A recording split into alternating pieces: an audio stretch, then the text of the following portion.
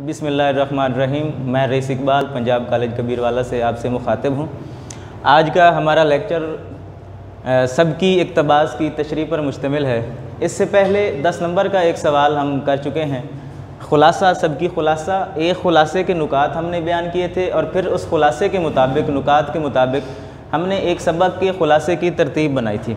आज का हमारा सवाल नसरी सबक का दूसरा अहम सवाल है और ये वो सवाल है कि जो साल दोयम के पेपर के अंदर सबसे तवील सवाल है, यानी मज़मून के अलावा एसे के अलावा जो कि 20 नंबर पर मुश्तमिल है।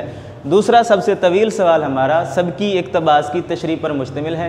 ये सवाल 3 हिस्सों पर मुश्तमिल है।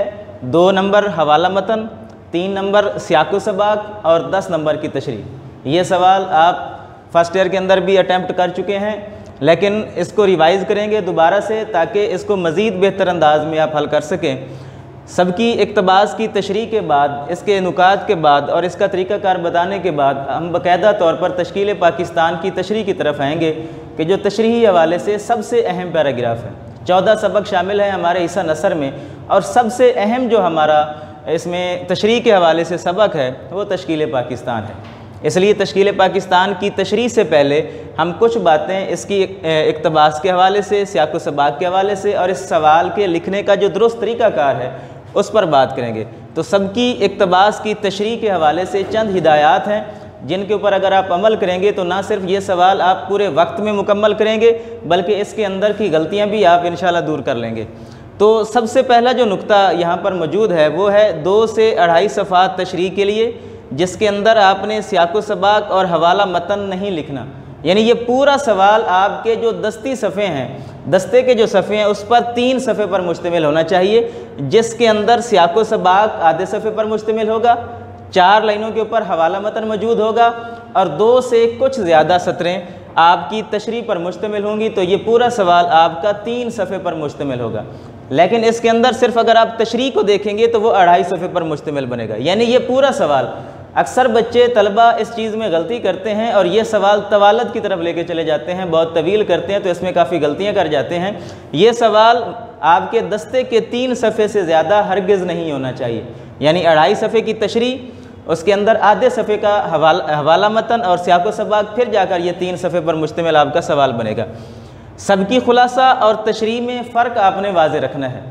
जब आप ख़ुलासा लिखते हैं तो वो पूरे सबक का होता है, लेकिन जब आप किसी पैराग्राफ की तशरीह बयान करते हैं तो वो एक पैराग्राफ की वजाहत होती है। यहाँ जो अमूमी गलती बच्चे करते हैं उनमें सबसे बुनियादी गलती ही यही है कि वो जब तशरीह का सवाल उनसे पूछा जाता है तो वो उस पैराग्राफ की तशरीह लिखने की बजाय वो पूरे सबक का ख़ुलासा उसमें बयान कर देते हैं और ये बुनियादी गलती है। 10 नंबर की तशरीह वो पूरा सबक उस तशरीह के अंदर लिख देते हैं, यानी जहाँ से सबक की इब्तिदा होती है और जहाँ सबक के अख्ताम होता है उनके सवाल में मौजूद होता है। ये सबसे बड़ी गलती है।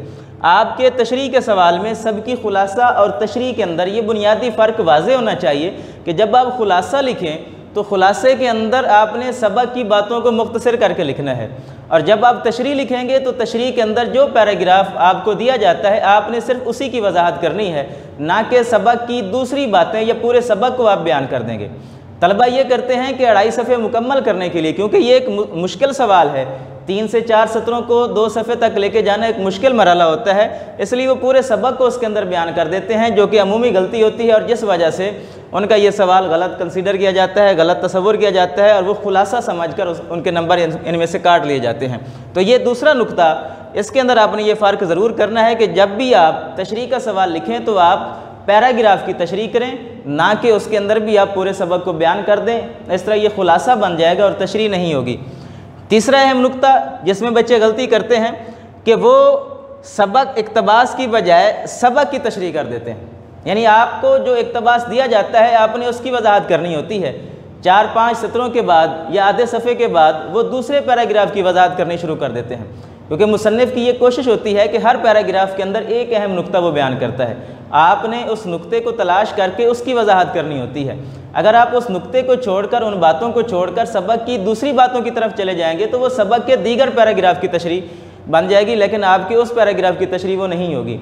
इसलिए कोशिश करें कि आपने इसके अंदर उसी पैराग्राफ की तशरीह करनी है। हाँ, जब आपकी बातें उसमें ख़त्म हो जाएं और आपकी वजाहत कम पड़ रही हो तो फिर आप दूसरे पैराग्राफ को वहाँ से निकालें और उसको बिना तरतीब के, यानी उसके अंदर तरतीब आपने नहीं रखनी, तरतीब को तोड़ के फिर आपने उसकी तशरीह के अंदर बयान करना है ताकि आपके सफ़ात मुकम्मल हो सकें। अहम नुकात को नुमाया करना है। जैसा ख़ुलासे में मैं आपको बता चुका हूँ कि ख़ुलासे के 2.5 सफ़े दस्ते के जब आप लिखें तो हर पैराग्राफ के अंदर एक लफ्ज़ मार्कर से नुमाया ज़रूर करें। इसी तरीके से जब आप तशरीह लिखें तो तशरीह के अंदर भी जब आप हर सफ़े पर 3 पैराग्राफ बनाएं तो हर पैराग्राफ के अंदर 1 या 2 लफ्ज़ ऐसे हों कि जिनको आप मार्कर के साथ नुमाया करें और वो लफ्ज़ आपके अहम होने चाहिए। ये एक तवील सवाल है, इसके लिए वक्त का तय्युन करना सबसे ज़्यादा ज़रूरी है। बहुत सारे बच्चे इस एक सवाल को लिखने के लिए 40 से 45 मिनट का दुरानिया लगा देते हैं, जो कि बहुत ज़्यादा है। ये 3 सफ़े का सवाल है। जब आप 2.5 सफ़े के ख़ुलासा लिखने के लिए 25 मिनट का वक्त लगाते हैं तो फिर 3 सफ़े की तशरीह के लिए आपको ज़्यादा से ज़्यादा इसके लिए आधा घंटा दरकार है। 30 मिनट से ज़्यादा आप इस सवाल को नहीं देंगे। अगर 30 मिनट से ज़्यादा आप इस सवाल को देंगे तो फिर आपके पास वक्त बहुत कम बनेगा, क्योंकि साल दोम के अंदर आपके पास एक आखिर में बहुत तवील सवाल आना है जिसको बहुत ज़्यादा लिखना है और वो सवाल 20 नंबर पर मुश्तमिल है, तो उसके लिए 40 मिनट आपने बचाने हैं। तो यहाँ वक्त का तय्युन आपके लिए बहुत ज़्यादा ज़रूरी है। ये एक तवील सवाल है, इसके लिए आप मैक्सिमम ज़्यादा से ज़्यादा 30 मिनट सर्फ करें और उससे ज़्यादा इसके ऊपर ना लगाएं। यानी 10 मिनट एक सफ़े पर लगाएंगे तो 30 मिनट के अंदर ये 3 सफ़े का सवाल आपका मुकम्मल हो जाएगा। और सबसे तशरीह के लिए जो एक अहम नुक्ता है वो है कि आप तशरीह के अंदर मुनासिब और मौजू शेरी और नसरी हवाले दर्ज करेंगे। यानी 2.5 सफ़े की जो आपने तशरीह लिखनी है उसके अंदर कम अज़ कम 3 हवाले अशार के मौजूद होने चाहिए और 2 हवाले नसर के मौजूद होने चाहिए। और ये वो हवाले होंगे कि जो उस पैराग्राफ की वजाहत करेंगे, जो उस पैराग्राफ की तौज़ीह करेंगे, जो उस पैराग्राफ के हवाले से मुनासबत रखते होंगे। ऐसा नहीं है कि आप कोई भी पैराग्राफ जब तशरीह के लिए मुंतखब करें तो उसके अंदर कोई भी शेर दर्ज कर दें। शेरों का दुरुस्त होना, शेरों का मौजू होना किसी भी पैराग्राफ की तशरीह के लिए बहुत ज़्यादा ज़रूरी होता है। हवाले ज़्यादा कोशिश करें कि शेर के हवाले दर्ज करें और शेर भी मौजू तरीन हो। शायर का नाम उसके साथ ज़रूर लिखें, वरना बकौल शायर के साथ उस शेर को मुकम्मल करें। इसी तरीके से कोई कुरानी आयात उसके अंदर आप लिख सकते हैं, आप उसके अंदर हदीस लिख सकते हैं और किसी अहम कौल को आप उसके अंदर लिख सकते हैं। तो एक तशरीह के अंदर जो कि 2.5 सफ़े पर मुश्तमिल होगी, एक पैराग्राफ के बाद एक हवाला आपने ज़रूर बयान करना है। तो ये 7 नुकात तशरीह के लिए, इनको आपने गौर रखना है और इसके मुताबिक आपने तशरीह का सवाल लिखना है। दूसरा हिस्सा 10 नंबर का मुश्तमिल तशरीह के बाद जो सबसे अहम एक हिस्सा है और जिसके अंदर सबसे कम नंबर बच्चों के आते हैं वो है सियाक़ व सबाक़। इस सवाल को समझना काफ़ी ज़्यादा ज़रूरी है कि इस 15 नंबर के हिस्से में तशरीह भी बच्चे लिख लेते हैं और उसमें से नंबर ले लेते हैं, हवाला मतन उसके नंबर पूरे होते हैं, लेकिन सियाक़ व सबाक़ के उनको 0 नंबर मिलते हैं। वो कोई भी नंबर हासिल नहीं कर सकते। सियाक़ व सबाक़ लिखते भी हैं, 15-17 लिखते भी हैं, लेकिन उस लिखने के बावजूद उनको कोई भी नंबर नहीं मिलता। तो उसकी वजह यह है कि वो सियाक़ व सबाक़ को सही तरह से समझते नहीं। तो 2 तरीके हैं, जब आप किसी पैराग्राफ का सियाक़ व सबाक़ लिखेंगे तो 2 तरीक़ों से आप उसका सियाक़ व सबाक़ लिख सकते हैं। अगर तो सबक कहानियों पर मुश्तमिल है, यानी कोई अफसाना है, कोई ड्रामा है या कोई नावल है, तो उसका सियाक़ व सबाक़ बहुत आसान है लिखना। तो उसके लिए आप मिसाली सियाक़ व सबाक़ लिखेंगे। मिसाली सियाक़ व सबाक़ वो है कि जिसके अंदर जहाँ से पैराग्राफ दिया जाता है उस पैराग्राफ से पहले वाली बातें और जहाँ पैराग्राफ दिया जाता है उस पैराग्राफ के बाद वाली बातों को आपने लिखना है। और वो भी आपने यानी पहले वाली बातों को 3 से 4 सत्रों के अंदर बयान करना है और बाद वाली बातों को भी 3 से 4 सत्रों के अंदर बयान करना है। और तीसरा हिस्सा जो आपने इस सियाक़ व सबाक़ के अंदर बयान करना है कि ये पैराग्राफ कहाँ से लिया गया है। ये मिसाली सियाक़ व सबाक़ उन सबकों के लिए ज़्यादा अहम है कि जिनके अंदर कहानी का उनसर मौजूद होता है, यानी अफसाना हो, नावल हो, ड्रामा हो और जो एक तरतीब के साथ सबक को बयान किया जाए, वहाँ पर ये मिसाली सियाक़ व सबाक़ आसानी से लिखा जाता है। क्योंकि एक कहानी होती है, एक अफसाना है। मिसाल के तौर पर 2nd ईयर के अंदर अकबरी की हमाकतें हैं, 2nd ईयर के अंदर कुर्तबा का काजी है, दस्तक है। ये वो सबक है कि जिसके अंदर हमेशा मिसाली सियाक़ व सबाक़ लिखना चाहिए, क्योंकि ये तीनों सबक कहानियों पर मुश्तमिल हैं और फ़ौरन पता चल जाता है कि ये पैराग्राफ सबक के किस हिस्से से लिया गया है। इसलिए उससे पहले वाली बातों को लिखना और उसके बाद वाली बातों को लिखना काफ़ी ज़्यादा आसान है। इसके अलावा जो मज़ामीन या तारीख़ी मज़ामीन इसके अंदर शामिल हैं या कुछ सफ़रनामे शामिल हैं, उनकी तरतीब याद रखना मुश्किल होता है, तो उसके लिए अजमाली सियाक़ व सबाक़ को लिखना ज़्यादा मुनासिब है, क्योंकि अगर वहाँ पर बच्चे मिसाली सियाक़ व सबाक़ लिखेंगे तो उसके अंदर वो गलती करेंगे, क्योंकि जहाँ से पैराग्राफ लिया जाएगा अगर उससे पहले वाली बातें और उसके बाद वाली बातें वो दुरुस्त अंदाज में नहीं बयान करेंगे तो सियाक़ व सबाक़ आपका गलत हो जाएगा। और अजमाली सियाक़ व सबाक़ का तरीका ये है कि आप सिर्फ 1 या 1.5 लाइन के अंदर ये बयान करेंगे कि ये पैराग्राफ सबक के किस हिस्से से लिया गया है। यानी सबसे पहले आप ये बताएंगे, महल वकूफ़ बताएंगे पैराग्राफ का कि ये पैराग्राफ सबक के दरमियान से लिया गया है, ये पैराग्राफ सबक के शुरू से लिया गया है, ये पैराग्राफ सबक के आखिरी हिस्सा से लिया गया है। यानी सबक के अंदर जिस जगह से पैराग्राफ लिया गया है आप 1.5 से 2 सत्रों के अंदर ये बयान करेंगे, और उसके बाद पूरे सबक का खुलासा 8 से 10 सत्रों के अंदर आपने बयान करना है। यानी सियाक़ व सबाक़ मुकम्मल तौर पर अजमाली भी अगर होगा तो आपका कम अज़ कम 8 सत्रों का और ज़्यादा से ज़्यादा 12 सत्रों पर मुश्तमिल बन जाएगा। तो अजमाली सियाक़ व सबाक़ उन सबकों के लिए ज़्यादा मुनासिब है, जैसे कि तश्कील पाकिस्तान है। तश्कील पाकिस्तान एक वो सबक है कि जिसके अंदर मिसाली सियाक़ व सबाक़ और अजमाली सियाक़ व सबाक़ दोनों को दुरुस्त अंदाज में लिखा जा सकता है, क्योंकि ये भी एक कहानी है जो एक तरतीब के साथ चलती है। तो इसमें अगर मिसाली सियाक़ व सबाक़ का आप इंतखाब करेंगे तो वो भी आसानी के साथ लिख सकते हैं। यानी अगर इलामा इकबाल की ज़िंदगी का पैराग्राफ आ जाता है तो उससे पहले क्या सूरत हाल थी और उसके बाद क्या सूरत हाल थी, ये सबक क्योंकि कहानी की सूरत में बयान किया गया है तो आप आसानी से बता सकते हैं। और अगर अजमाली सियाक़ व सबाक़ बयान करेंगे तो वो भी काफ़ी आसान है, क्योंकि इस सबक को मुकम्मल आपने 8 या 9 लाइनों का एक खुलासा, एक निचोड़ बयान करना है, और उससे पहले आपने ये बयान कर देना है कि ये पैराग्राफ सबक के किस हिस्से से लिया गया है।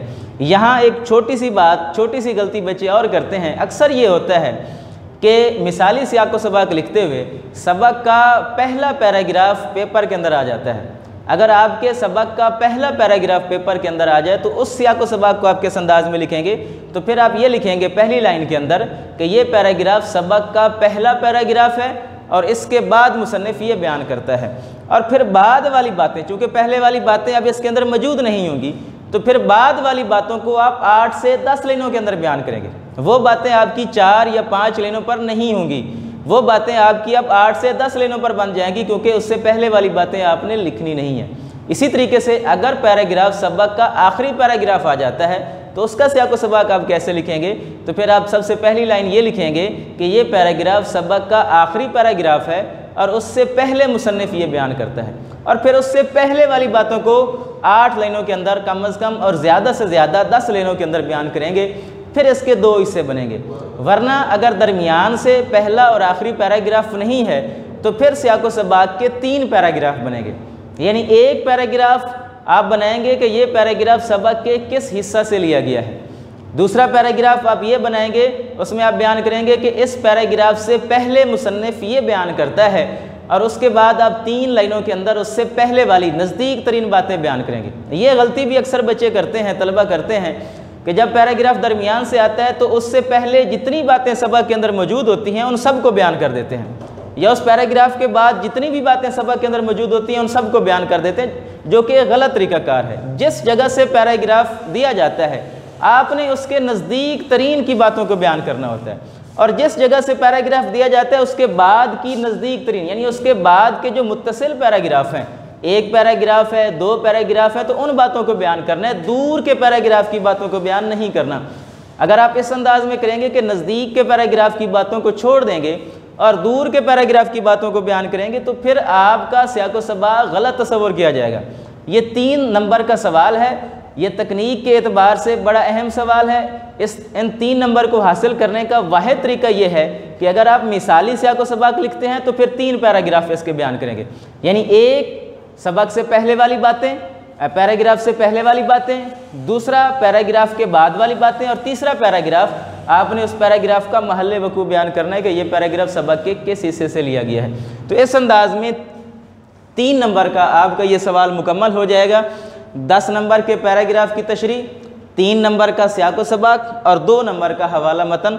जब आप ये सवाल लिखने की इब्तिदा करेंगे तो इसका जो अंदाज़ है वो इस तरह से आप बनाएंगे कि सबसे पहले आप सवाल नंबर लिखें दस्ते के ऊपर मार्कर के साथ, फिर सबकी इक़्तिबास की तशरीह की आप हेडिंग देंगे, उसके बाद हवाला मतन की आपने हेडिंग देनी है और वो लाइन छोड़ देनी है मार्कर के साथ, नीचे आपने 4 चीज़ें बयान करनी। हवाला मतन के अंदर 2 चीज़ों के नंबर दिए जाते हैं, 2 नंबर का ये हिस्सा है और इसके अंदर 2 नंबर आपको 2 चीज़ों के मिलते हैं। एक मुसन्निफ़ के नाम का नंबर आपको मिलता है और दूसरा सबक के उन्वान का नंबर मिलता है। ये 2 चीज़ें हैं, ये अगर आप सही अंदाज में लिखेंगे तो हवाला मतन के 2 नंबर आप आसानी से हासिल कर सकते हैं। लेकिन हवाला मतन के अंदर और सवाल के अंदर अच्छा तासुर कायम करने के लिए मज़ीद 2 चीज़ें भी लिख देनी चाहिए। अगर वो आप लिखेंगे तो आपको इससे कोई ज़्यादा 2 नंबर से ज़्यादा तो नहीं मिलेंगे, लेकिन आपका एक अच्छा तासुर जाएगा। वो इजाफी 2 चीज़ें क्या हैं? एक तरतीब के साथ आप इस अंदाज में लिखेंगे कि हवाला मतन के नीचे हवाला मतन की हेडिंग देने के बाद वो लाइन आपने छोड़ देनी है।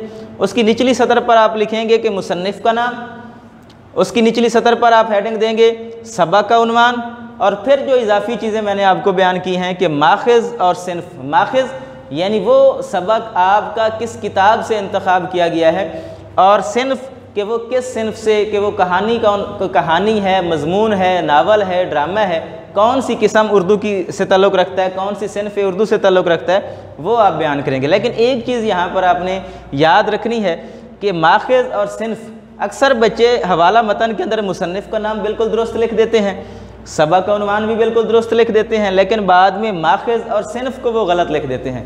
अब यहाँ अगर आप इजाफी चीज़ें लिखेंगे कि जिसके आपको नंबर नहीं मिलने, लेकिन अगर आप उनको गलत लिख देंगे तो हो सकता है कि ये फिर बुरा तासुर चला जाए। जहाँ ये दुरुस्त लिखने से अच्छा तासुर जाता है, वहीं ये गलत लिखने से एक बुरा तासुर जाता है और आपके हवाला मतन के पिछले नंबर भी काटे जा सकते हैं। इसलिए हवाला मतन लिखते हुए इस चीज़ को आपने ध्यान में रखना है कि मुसन्निफ़ का नाम भी लिखें दुरुस्त अंदाज में, सबक का उन्वान भी लिखें दुरुस्त अंदाज में, और जो इजाफी चीज़ें लिखनी हैं यानी माखिज़ और सिन्फ़, अगर तो आपको सही अंदाज में याद है तो लिखें, अच्छा तासुर जाएगा, और अगर सही अंदाज में याद नहीं है तो हरगिज़ ना लिखें। अगर आपने गलत लिख दिया तो फिर हो सकता है कि आपका हवाला मतन से 1 नंबर काट दिया जाए। इसलिए हवाला मतन को 4 सतरों के अंदर सतरों के अंदर आपने बयान करना है, यानी मुसन्निफ़ का नाम, सबक का उन्वान, माखिज़ और सिन्फ़। उसके बाद दूसरा हिस्सा आपका सियाक़ो सबाक़ का शुरू होगा। उसके अंदर जैसा कि पहले आपको बताया है कि 3 पैराग्राफ आप बयान करेंगे। पहले पैराग्राफ के अंदर आप ये लिखेंगे कि ये पैराग्राफ सबक के किस हिस्से से लिया गया है, यानी आपने उसका महल्ले वकू बयान करना है। अगर ये 1.5 सतर पर चला जाए तो आपने आगे एक नया पैराग्राफ बनाना है और उसमें ये लिखेंगे कि इस पैराग्राफ से पहले मुसन्निफ़ ये बयान करता है, और उससे पहले वाली बातों को 1, 3 से 4 लाइनों के पैराग्राफ के अंदर आप बयान कर देंगे। फिर एक अगला पैराग्राफ, तीसरा पैराग्राफ बनाएंगे कि जिसके अंदर फिर से आप मार्कर के साथ सिर्फ एक छोटी सी लाइन लिखेंगे कि इस पैराग्राफ से या ज़ेर तशरीह पैराग्राफ से के बाद मुसन्निफ़ ये बयान करता है, और फिर 3 से 4 लाइनों का एक पैराग्राफ बनाएंगे। और इस तरह से आपका ये सवाल कम अज़ कम 8 और ज़्यादा से ज़्यादा 12 सत्रों पर मुश्तमिल बन जाएगा। यानी अगर आप 1.5 लाइन के अंदर महल्ले वकूफ़ बयान करते हैं, 4 या 4.5 लाइनों के अंदर पहले वाली बातें बयान करते हैं, 4 या 4.5 लाइनों के अंदर बाद वाली बातें बयान करते हैं, तो आपका ये सियाक़ो सबाक़ का सवाल ज़्यादा से ज़्यादा 12 सत्रों का और कम अज़ कम 8 सत्रों पर मुश्तमिल बन जाएगा। और इस तरतीब के साथ आपको नंबर जब दिए जाएंगे तो वो भी इसी तरतीब के साथ 3 दिए जाएंगे। यानी 1 नंबर आपको मिलेगा जो आप महल्ले वकू लिखेंगे पैराग्राफ का, दूसरा नंबर आपको सियाक़ो सबाक़ का मिलेगा कि जिसके अंदर आप पहले वाली बातों को दुरुस्त अंदाज में बयान करेंगे, उस पैराग्राफ के नज़दीक तरीन बातों को, और तीसरा नंबर सियाक़ो सबाक़ का आपको मिलेगा अगर आप पैराग्राफ के बाद वाली बातों को सही अंदाज में बयान करेंगे तो सियाक़ो सबाक़ के पूरे 3 नंबर आप इस अंदाज में हासिल कर सकते हैं। अगर सियाक़ो सबाक़ आपका तवील हो गया, आधे सफ़े का हो गया, 1 सफ़े का हो गया, तो फिर आपको इसके बिल्कुल नंबर नहीं मिलेंगे। और अगर सियाक़ो सबाक़ आपका बिल्कुल मुख्तसर हो गया कि आपने पूरा सियाक़ो सबाक़ 2 से 3 लाइनों का बयान कर दिया, तो फिर भी आपको इसके नंबर बिल्कुल नहीं मिलेंगे। 3 नंबर इसी सूरत में हासिल किए जा सकते हैं कि आप मिसाली सियाक़ो सबाक़ लिखें, दुरुस्त लिखें, पहले और बाद वाली बातों को सही अंदाज में बयान करें, तो आपको इसके पूरे नंबर मिलेंगे। दूसरा, अजमाली सियाक़ो सबाक़ अगर आप लिखते हैं तो इसके अंदर 3 नंबर हासिल करना काफ़ी मुश्किल है। ये उस सूरत में लिखा जाता है कि जब आप पैराग्राफ का तय्युन ना कर पा रहे हों, आपको अंदाज़ा ना हो सके कि ये पैराग्राफ किस हिस्से से लिया गया है, उससे पहले क्या बातें हैं, उसके बाद वाली क्या बातें हैं, तो फिर दूसरी सूरत ये है कि अजमाली सियाक़ो सबाक़ बयान करें जिसके अंदर पूरे सबक का निचोड़ बयान कर दें 8 से 10 लाइनों के अंदर, तो उसके भी आपको मैक्सिमम ज़्यादा से ज़्यादा 2 या 3 नंबर आपको मिल सकते हैं। लेकिन ये उस सूरत में लिखें कि जब आपको उस पैराग्राफ की असीमत का पता ना चले, महल वकू का पता ना चले और ये अंदाज़ा ना हो सके कि ये पैराग्राफ किस हिस्से से लिया गया है। फिर आप तीसरे हिस्से की तरफ आएंगे जो कि तशरीह का है। उसके अंदर तशरीह के अंदर पहले जैसे आपको मैंने बयान किया है कि ये नहीं है कि तशरीह की आपने हेडिंग दी और उसके बाद पूरे सबक को 2.5 सफ़े के अंदर बयान कर दिया और दरमियान में 2 से 3 हवाले दे दिए। ये बिल्कुल गलत तरीक़ाकार है। इसका दुरुस्त अंदाज़ ये है कि जब आप तशरीह की हेडिंग देंगे तो सबसे पहले आपने मुसन्निफ़ का तारुफ़ बयान करना है। यह तारुफ़ ज़्यादा तवील नहीं होना चाहिए। 3 से 4 सत्रों के अंदर आपने मुसन्निफ़ की ज़िंदगी के बारे में, उसकी तसानीफ़ के हवाले से और उसके कारनामों के बारे में बयान कर देना है। यानी अगर ये तश्कील पाकिस्तान है और इसके किसी पैराग्राफ की आप तशरीह करते हैं तो तशरीह की हेडिंग देने के बाद सबसे पहले मियाँ बशीर अहमद का तारुफ़ 3 से 4 लाइनों के अंदर आपने एक पैराग्राफ की शक्ल में बयान कर देना है और यहीं से आपकी तशरीह का अंदाज़ खुलासे से अलग हो जाएगा। क्योंकि खुलासे के अंदर मैंने आपको बताया था कि आपने मुसन्निफ़ का तारुफ़ बिल्कुल नहीं लिखना और तशरीह की इब्तदा के अंदर सबसे पहले ही आपने मुसन्निफ़ का तारुफ़ बयान करना है। दूसरा, जब आप तशरीह का आगाज़ करें मुसन्निफ़ के बाद आप उस पूरे सबक का एक मुख्तसर मरकज़ी ख्याल बयान कर दें जो कि 3 से 4 लाइनों पर मुश्तमिल हो।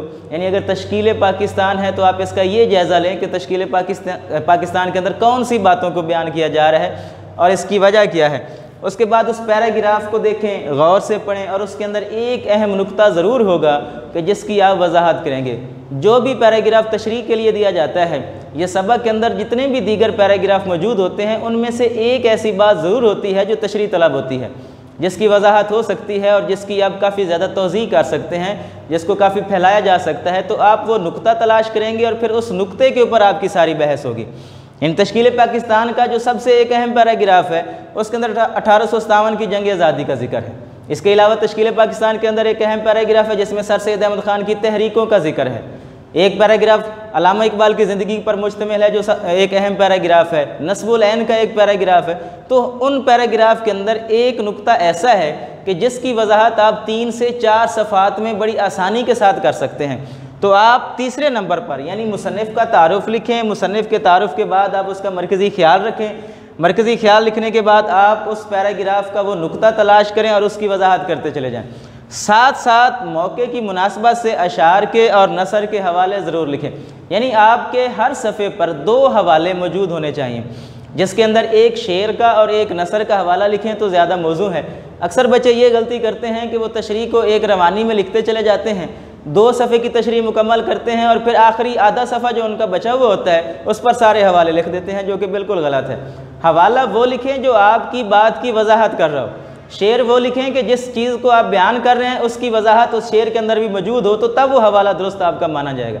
हवाले का मतलब ही यही होता है कि जो बात आप कर रहे हैं उससे इत्तफाक करने वाले और लोग भी मौजूद हैं। यानी आप ये दलील देते हैं, ये सबूत देते हैं कि मेरी बात बिल्कुल ठीक है और ये दुरुस्त है और ये मेरा नज़रिया, इससे मुत्तफ़िक और भी काफ़ी सारे लोग मौजूद हैं। इन अशार की सूरत में उन्होंने भी ये बातें की हैं, तब जाकर आपकी वो तशरीह दुरुस्त समझी जाएगी।